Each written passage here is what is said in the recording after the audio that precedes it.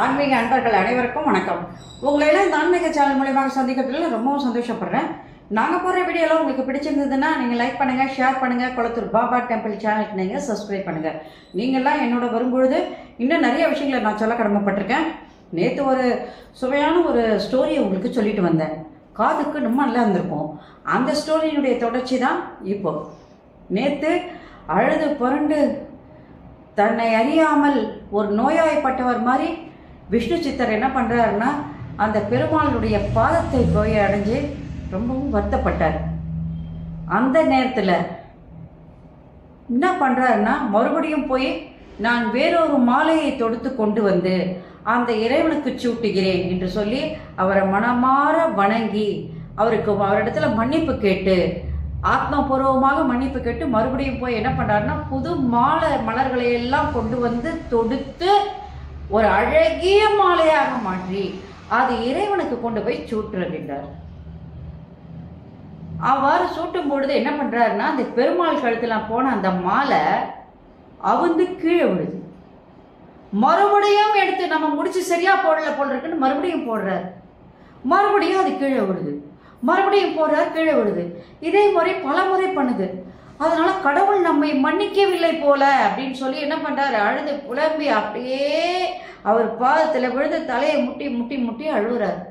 அன்னைக்கு சாப்பிடல, தண்ணீர் குடிக்கல, அப்படியே அழுது அழுது அழுது என்ன பண்ணாரு, அப்படியே மயக்கத்துல சோர்ந்து போய் அப்படியே தூங்கிட்டார். அந்த தூக்கத்துல பகவான் விஷ்ணு என்ன பண்றாரு, அவருக்கு காட்சி கொடுக்குறாரு. மகாவிஷ்ணு காட்சி கொடுக்குறாரு. கொடுத்து அந்த அரங்கநாதன் காட்சி கொடுக்குறாரு. ரங்கநாதன் காட்சி கொடுத்து சொல்றாரு, விஷ்ணு சித்தரே நீங்கள் கலங்க வேண்டாம். கோதை அணிந்த மாலையே, கோதை அணிந்த மாலையே எனக்கு உரித்தான ஒரு மாலையாகும். அந்த மாலையை தான் நான் விரும்புகின்றேன். அதை நீங்கள் எனக்கு சாத்தினால் போதுமானது அப்படின்னு சொல்லி மறைஞ்சிட்டாரு. அப்புறம் எழுந்து பார்க்குறாரு, இன்னும் அதை நம்ம கண்டது என்ன அப்படின்னு. கனவுல பகவான் வந்தாரா அப்படின்னு சொல்லி என்ன பண்றாரு, அப்படியே திகைச்சு போயிட்டாரு. அவரால் ஒன்றும் சொல்ல முடியல. மகிழ்ச்சியில அப்படியே மனம் மகிழ்ந்து போது கோதை என்று கத்துகின்றார். அவள் அங்க நடுகிறார். காத்தால கோதை அப்படின்னு சொன்னதுக்கும் கோதை அப்படின்னு சொல்றதுக்கும் வித்தியாசம் தெரியுது அவளுக்கு. இருந்தாலும் ஒரு பயம் நடுங்கி நிற்கிறான்.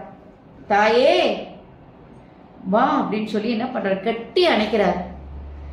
நீ செய்த புண்ணியம் தாயே, என்னிடத்தில் வளர்ந்தது நான் செய்த புண்ணியம் அப்படின்னு சொல்லி என்ன பண்றாரு, நீ சூடி கொடுத்த மாலையைத்தான் அந்த இறைவன் கேட்கின்றான். சூடி கொடுத்த சுடற்கொடி என்று சொல்லி என்ன பண்றாரு, அவ போட்டு அவுத்து அந்த மாலையை கொண்டு போய் இறைவனுக்கு போட, ஒவ்வொரு நாள் அந்த மாலையை போட இறைவன் அதை ஏற்றுக்கொள்கின்றார். இதை கண்டு அவருக்கு ரொம்ப சந்தோஷம். அப்போ சூடி கொடுத்த சுடற்கொடியான அந்த கோதையை அவர் என்ன பண்றாரு, தன் மனம் மகிழ அவளை கண்டு மகிழ்ந்தார். அப்போ அந்த மார்கழி மாதம் முழுவதுமே அந்த ஆண்டாள் என்ன பண்றாருன்னா திருப்பாவை பாடுகின்றாள். அந்த திருப்பாவை முழுவதுமே முதல் பாடலாக மார்கழி திங்கள் மதி நிறைந்த நன்னாளால் நீராட போகவே கோவிழி நீரடி அப்படின்னு சொல்லும் பொழுது அந்த பாட்டு முழுவதுமே தன்னுடைய உள்ளத்தில் இருக்கின்ற அழுக்குகளை எல்லாம் களைந்து, வெளியே அழுக்க தண்ணி போட்டு கழுவிடலாம், உள்ளத்தினுடைய அழுக்கை கழுவ வேண்டுமானால் எப்படி பண்ணணும், நல்ல எண்ணங்கள், நல்ல சிந்தனைகள், நல்ல செயல்கள், இவை அனைத்தும் தான் ஒருவனை இறைவனோடு கொண்டு சேர்க்கும். அதற்காக திருப்பாவை பாடல்களை அந்த கண்ணனுடைய சிறு வயது முதல் வளர்ந்த பருவம் வரை தன்னுடைய தந்தையாகிய அந்த விஷ்ணு சித்தர் என்னென்ன சொல்லி கொடுத்தாரோ அதை வைத்து அந்த பாவைகளை அவள் என்ன பண்றாங்கன்னா தொடுக்கின்றாள். அவளுக்கு சிறு வயதில் இருந்த அன்பானது இப்பொழுது காதலாக மாறுகின்றது. இறைவனிடத்தில் அவள் காதல் கொண்டாள். அந்த காதலுக்கு என்ன பண்றாரு, அவ எழுதுகின்ற பாடல்கள் எல்லாம் இறைவனை தன்னுடன் ஐக்கியப்படுத்துவதாக அமைகின்றது. அந்த ஐக்கியத்தினால்தான் அந்த இறைவனானவன் காதலன் அன்று கணவனாக மாறுகின்றார். இப்படி நாட்கள் சென்று கொண்டே இருக்கின்றது. இறைவன் மீது கொண்ட அன்பு அவளை அறியாமல் அவரிடத்தில் கொண்டு சேர்க்கின்றது. ஒரு நாள் அந்த விஷ்ணு சித்தரினுடைய கனவிலே அரங்கநாதன் தோன்றுகின்றார். விஷ்ணு சித்தரே, நான் உங்கள் மகளை என்ன பண்ண போறேன், திருமணம் செய்து கொள்ள போகின்றேன். அதனால் என்னுடைய அரங்கத்திற்கு வாரீர் அப்படின்னு சொல்லி அவருடைய கனவுல சொல்றார். நாம் அவளை ஆட்கொள்வோம் என்று கூறி மறைந்தார். திருமணம் செய்து கொள்வதா எப்படி சொல்றாரு, நான் அவளை ஆட்கொள்வோம், எனவே நீங்கள் அரங்க நகர் வாரீர் என்று சொல்லி மறைகின்றார். இதை கேட்ட உடனே அப்பா விஷ்ணு சித்தர் என்ன பண்றாரு, அவருக்கு கையோ ஓடல காலும் ஓடல, சந்தோஷத்துல அப்படியே மிதந்து போறார். நம்ம வீட்டில் ஒரு திருமண நிகழ்ச்சி நடைபெற போறதுன்னா எல்லாருமே என்ன பண்ணுவாங்க, சுறுசுறுப்பா இருப்பாங்க. அந்த நாள் என்னைக்கு வரும்னு நினைச்சிருப்பாங்க. சந்தோஷத்துல எல்லாரும் அப்படியே துள்ளி குதிப்பாங்க. அந்த மாதிரி எல்லாரும் ஒரு ஒரு வேலையை செய்வாங்க. அது இவரும் ஒரு தந்தை தானே, அதனால அவருக்கும் அந்த பாசங்கள் அந்த ஆசைகள்லாம் இருக்கத்தானே செய்யும். அதனால என்ன பண்ண, தன் மகளுக்கு என்ன எப்படி பண்ணணும் அப்படின்றது தெரியாம என்ன பண்றாரு, தவிக்கிறார்.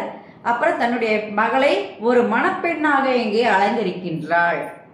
திருமணம் சொன்னாலும் அந்த பொண்ணுக்கு அன்னைக்கு அலங்காரங்கள் அதிகமா இருக்கும். அதனால அவளை அழகாக அலங்கரித்து ஒரு மணப்பெண்ணாக அலங்கரித்து அவள் கழுத்திலே மாலையை சூடி அவர் என்ன பண்றார், நேரா அந்த அரங்க நகர் வருகின்றார். அப்போ வரும்பொழுது அவருக்கு மனசுக்குள்ள ஒரு சின்ன கஷ்டம். அரங்க நாயகனை கைப்பிடிக்க வந்தாலும் கூட தன் மகள் இப்பொழுது ஒரு கணவன் வீட்டுக்கு போறார். சந்தோஷத்திலே ஒரு வருத்தம் உள்ள இருந்துகிட்டே தான் இருக்கும். தாய்க்கு இருக்கும், தந்தைக்கு இருக்கும். அதுல முக்கியமா தாயை விட தந்தை உள்ளுக்குள்ள ரொம்ப அழுவாங்க. மகள் ஒரு அவங்கள பொறுத்த வரைக்கும் ஒரு தாய்க்கு சமமானவள்.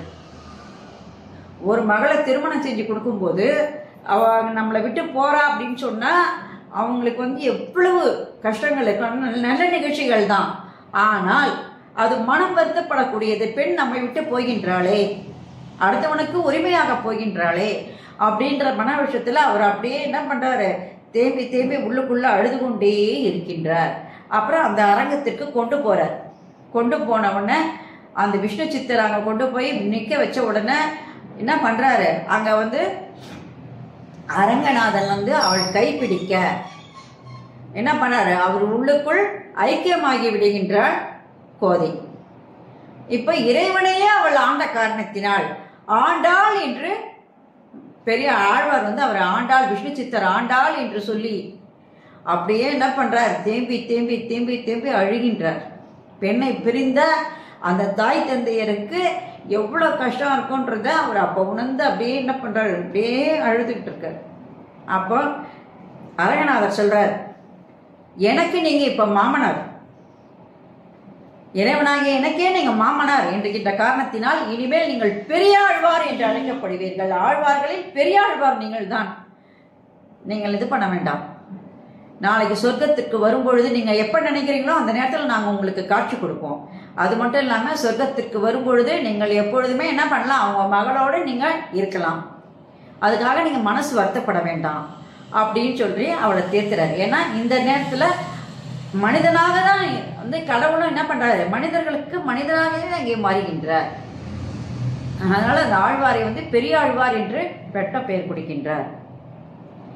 அப்படிப்பட்ட அந்த பெரிய ஆழ்வாரினுடைய வளர்ப்பு மகளாகிய அந்த கோதை ஆண்டாள் என்ற பெயரோடு அந்த மார்கழி மாதம் முழுவதுமே அவள் இயற்றிய அந்த 30 பாடல்களும், திருப்பாவை 30 பாடல்களும் அந்த இறைவன் மேல் கொண்ட காதல் மட்டுமல்ல, அவர் செய்த ஒவ்வொரு லீலைகளையும், இறைவனுடைய ஒவ்வொரு லீலைகளையும் அங்கம் அங்கமாக அங்கே வர்ணித்து கூறும் பொழுது, அதை நாம் படிக்கும் பொழுது அந்த மார்கழி மாசத்துல இறைவனோட நாமும் ஒன்று சேர்வதற்கு அது வழிவகை செய்கின்றது.